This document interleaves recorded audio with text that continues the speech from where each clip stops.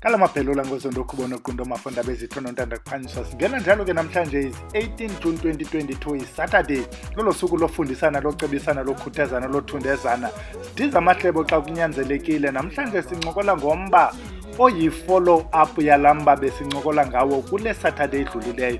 Kuyo kaloku la Saturday sasincokola ngeentsimbi, ubuhlalu, imibala yeentsimbi, imvelaphi yeentsimbi. Namhlanje sisaqhuba ngetheme eyeleleneyo, sisahamba naye uBhele sincokola ngamahiya okanye le nto kuthiwa ngamabhayi.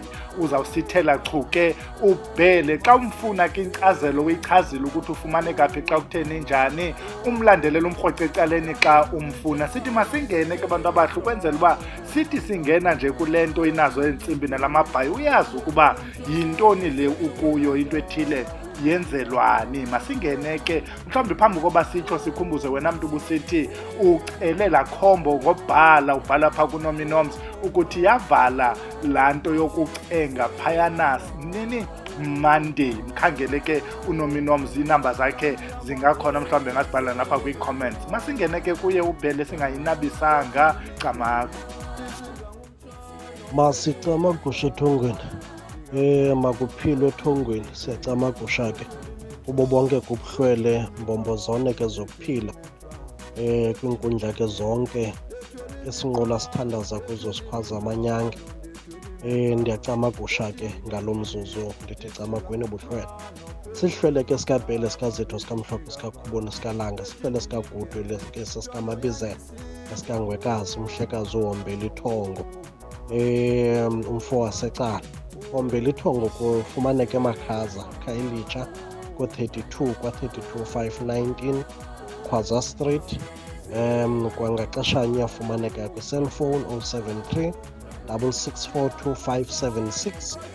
Ekwanguye ke noWhatsApp uyafumaneka ke kumakhasi kaFacebook uhombela ithongo kwii-accounts ezimbini, enye ithi hombela ithongo mhlekazi, hombela ithongo mhlekazi, enye ithi hombela ithongo products. Uyafumaneka apho. Afumaneke ke nakuGoogle, xa ugooglisha uhombela ithongo uzawukhona into obumfumane kunye nalapho. Ndisebenzela kapha eMakhaza ko-32 njengoko besenditshilo. Uhombela ithongo ke ligqirha elathwasayo.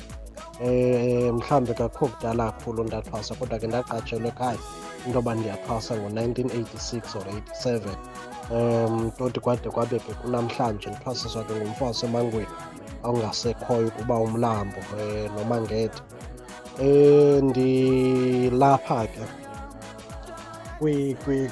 kubizo lobugqirha ecamagusha. Ndingumntu koncedayo ke abantu ke ngezigulo ezohlukileyo abaza nazo. Ndingumntu owenza yonke ke imisebenzi eyenziwayo ngumntu othwasileyo noligqirha. Abantu abanobizo ndiyabancedisa kubizo lwabo ukuzama into yoba ndibancede kule nto baza nayo bafunelwa kuyo ngabantu bakomawabo.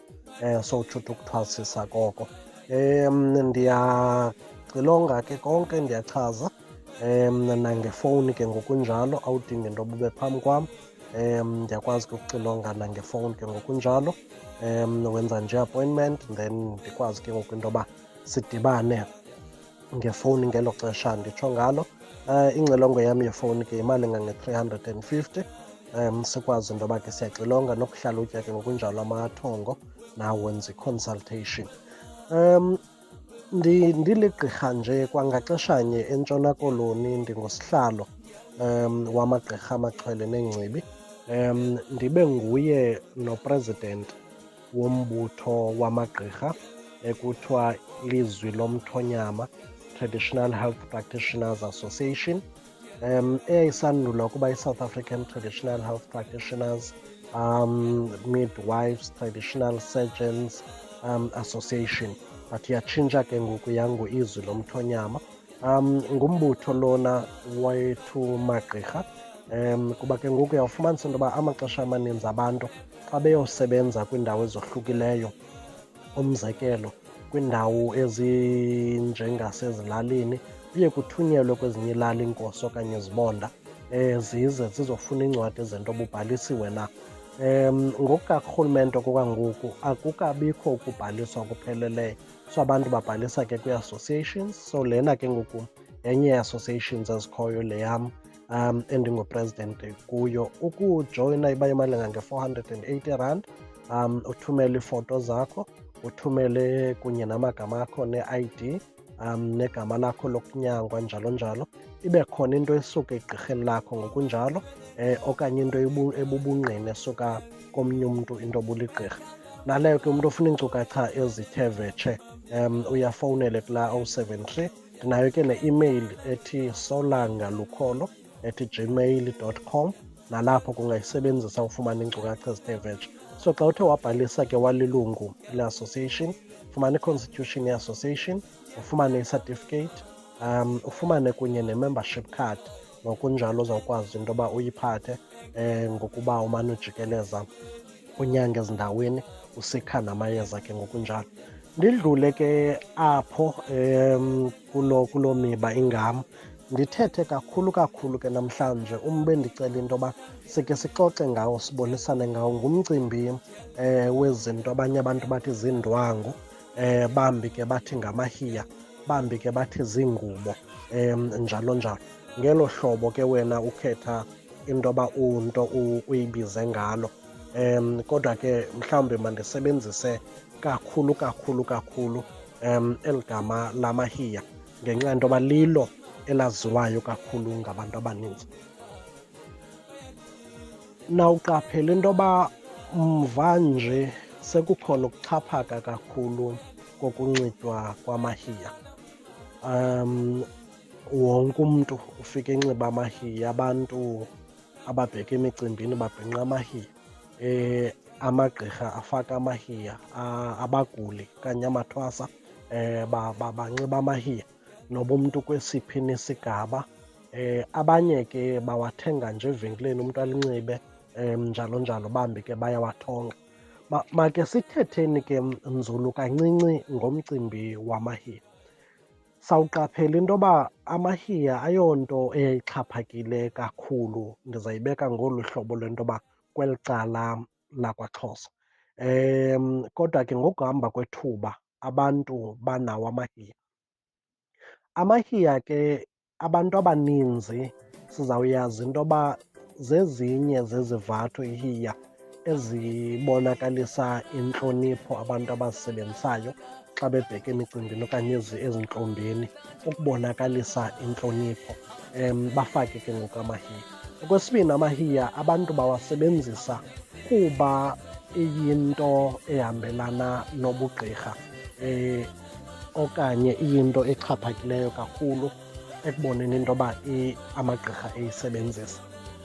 Ngoko ke ngoku ufumanisa into yoba lonke igqirha lisebenzisa ihiya. Amahiya ke aziindidi ngeendidi. Kukho amahiya abomvu, ufike ngelinye ixesha enomhlekazi inalane, ufike ngelinye ixesha engumhlekazi yingwe, njalo njalo. Lawo ke ufike ngalana isikakhulu anendawo ebomvu kunye nendawo emhlophe, then ke ngoku abe nomhlekazi lona. Kubekho ke ngoku amanye amahiya lana ufike engqoqo, enempangela ngelinye ixesha. Ufike amanye enziwe ababubhlu, amanye kufike ingathi black and white kanje, nawo enento enempangela. Amahiya abantu abawasebenzisayo amaxesha amaninzi ngabantu abangamaSwati isikakhulu, ngabantu abathwase isikakhulu inzuza, utsho uthi umndiki nomndawo nomnguni, ngabantu isikakhulu abangamaZulu, kuba kufika ekhona kakhulu nakweli cala labahlekazi abangamaZulu. Ufike ngelinye ixesha amanye amahiya abo enalaa nto kuthiwa likhakha, enemikhonto ngelinye ixesha, njalo njalo. So amaxesha amaninzi wawunofika amahiya esetyenziswa apho. Mandingene ke kabanzana ngomcimbi wehiya. Ihiya amaxesha amaninzi umntu kumele into yoba abe yinto ayithongayo, kwaye ibe ngase xa ulithonga ihiya unikwe into yoba kutheni unikwe lo hiya, umsebenzi walo kuwe lelokuthini na. Okwesibini, abanye abantu banikwa amahiya kuba mhlawumbi lo mntu bayothwasa kuye enelo hiya. Ngoko loo nto leyo ibonakalisa ukudityaniswa kobuhlwele benu. Ufumanise into yoba umntu ngexesha ngeli xesha aza ezongena ethongweni ephehlweni uza enelo thongo lelo hiya. Xa kufikwa apha kanti negqirha nalo linelo hiya. So utsho uthi ke yenye yendlela ubuhlwele obuyisebenzisayo ukuqhagamshelisela abantu.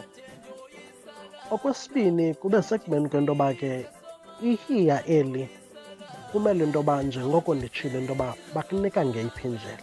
Kutheni bekunika ihiya? Intsusa yalo ithini na? Kuzobakho ke ngoku amahiya ngokohlukana kwawo. Masingene ke kweli hiya linempangela kakhulu.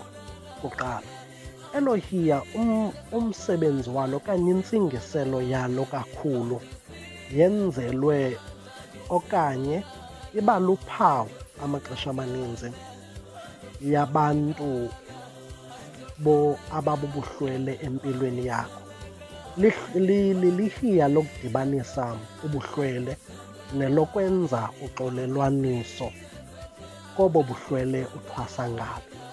Masithi ngenye ixesha uyathwasa kwicala lakulomama nelakulotata. Kuthi kanti kulotatakho eli cala uthwasa ngalo kukho amatyala amaninzi. Okanye sihlwele uthwasa ngaso kulotatakho sinamatyala amaninzi. Ngoku ufumaniseke into yoba ke ngoku ngokwasebuhlweleni loo nto leyo iba nexhaphaza ebanalo. Kuye ke ngoku kusetyenziswe elaa hiya. Xa unelaa hiya ubhinqa lona ubeka lona egxeni okanye ulibeka emrhawuleni, limele uxolelwaniso, limele ukudityaniswa kobuhlwele. Kwangaxeshanye eli hiya kubekho ihiya elo linempangelo elinye ufike lingathi libubhlu kanje. Elaa hiya umsebenzi walo nalo ngokunjalo limele into lobuhlwele. Limele ukuhambelana kwangaxeshanye kunye nendima yento yesithunywa, idityaniswa kunye nendima yesithunywa kwangaxeshanye xa sithetha ngelaa hiya linto lingqoqo. So lela loo nto leloba ubuhlwele obulapha kuwe bungaxabani, le nto yoba obu buhlwele uthwasa ngalo bungaxabani. Kuzobakho elinye ihiya ke ngokweli libomvu linomhlekazi oyingonyama. Elaa hiya lihiya elibonakalisa ubuhlwele kuwe, lelibonakalisa into yoba unobuhlwele. Ubuhlwele amaxesha amaninzi ke ndizawuyitolika ngokwelaa cala unomndawo, unomnguni apha kuwe, into echaza into yoba apha entwaseni yakho ukhona umnguni okhoyo. Ethi ke ngoku loo nto leyo ngelinye ixesha umntu abe usentsimbini emhlophe nahobe, athi ngeli xesha sephakathi abe nokuthonga ke ngoku la mahiya. Ewe ke ngoku la mahiya kuye azawuchaza into yoba le ndlela uhamba kuyo ngoku masithi yentsimbi emhlophe nehobe usezawuphinde udlule kuyo, usaya kumndawa kunye loo nto nomnguni. Ithi ke ngoku loo nto leyo kodwa ngelinye ixesha abanye abantu bawathongiswa la mahiya kuba ngoku seyinto exhaphakileyo kuthi, kuba seyinto ekhoyo ebonakalayo wonke umntu oligqirha ekhona. Iliphawu lokuba ke mhlawumbi ngelinye ixesha omnye ufumanisa into yoba ulithonga eli hiya enombathiso. Intsingiselo ayisoloko isekubeni kwento yoba kufuze into yoba uthenge ihiya elinjalo, kodwa ithi intsingiselo ngelinye ixesha mhlawumbi ungumntu ongahloniphiyo apha ekuhlweleni, udinga into yoba ube ngumntu ohloniphayo. Yile nto ke ngoku mhlawumbi ububhinqiswe elo hiya okanye yile nto ngelinye ixesha belibekwe emagxeni kuwe, kubonakalisa into yoba ungumntu ongahloniphiyo, udinga into yoba mawuhloniphe. Umcimbi ke ngoku amahiya kuthi ke ngoku ngeli xesha umntu awathongileyo amahiya, ufumanise into yoba ke ngoku kubalulekile into yoba uze nawo egqirheni lakho igqirha lakho likwazi ulixoxela elo hiya, abekwe njengelinye ixesha phaya kuwe emrhawuleni, camakho, abekwe nje phaya emrhawuleni okanye kuloo ndawo kuyo, ukuzama ukwenje njalo ukuhlonipha ubuhlwele obo bukunike elo hiya. Ithi ke ngoku loo nto leyo maxa wambi ke abantu xa befaka amahiya, njengoko sisitsho into yoba uba ngaba ulithengile nje elo hiya ngelinye ixesha, kuyakwazeka kuthi kanti uzidontsela into ekude, usondeza ke ngoku oba buhlwele mhlawumbi ebebungekho kuwe. Mhlawumbi ngelinye ixesha bukhona kodwa ke bebungekaveli kuwe. So ke ngoku ngokusebenzisa kwakho loo mahiya ube ke ngoku wenza loo nto leyo. Uyawufika ke abantu abaninzi amahiya ngelinye ixesha bewajingisa nalapha kuwe emirhawuleni ezindidi ngeendidi amahiya kuba emele iintsingiselo ezininzi ekukholelekayo into yoba kukho amandla kwezo ntsingiselo zamahiya ngokunjalo. Mandibe ndisima ke apho ke kakhulu ngomcimbi wamahiya namhlanje. Ndiyayazi ke into yoba lo mcimbi ngumcimbi ngelinye ixesha oye uthande into yoba ibe ngumcimbi ebantwini uze andozuthi luchuku kodwa uvulise iingxoxo ezininzi kuba abantu amahiya bewacalula ngokobuzwe ngento yoba amahiya ngawaseMpumalanga, ngawakwaZulu, njalo njalo. So ndiyayazi ke into yoba yenye yeemeko lo mba wamahiya oye uthanda uzisa ingxoxo kakhulu. Makube close ke kube camakho ethongweni nguhombela ithongo njengoko benditshilo 073 664 2576 namba yam yofowunelwa kunye nekaWhatsApp. Andiyiphenduli kuWhatsApp ekuseni phambi kwentsimbi yesibhozo nasemveni kwentsimbi yesibhozo emveni kwemini. Xa uthetha nam ndicela uzazise emveni kokungena emxholweni, ungathumelwa hayi okanye hello okanye ucamakho. Ngokunjalo naxa ungena kwi-inbox wam kuFacebook ndiyafumaneka nguAhombela Ithongo Mhlekazi, enye nguHombela Ithongo Product. Makube kuhle ke kube xhose ethongweni, kuphilwe camakweni.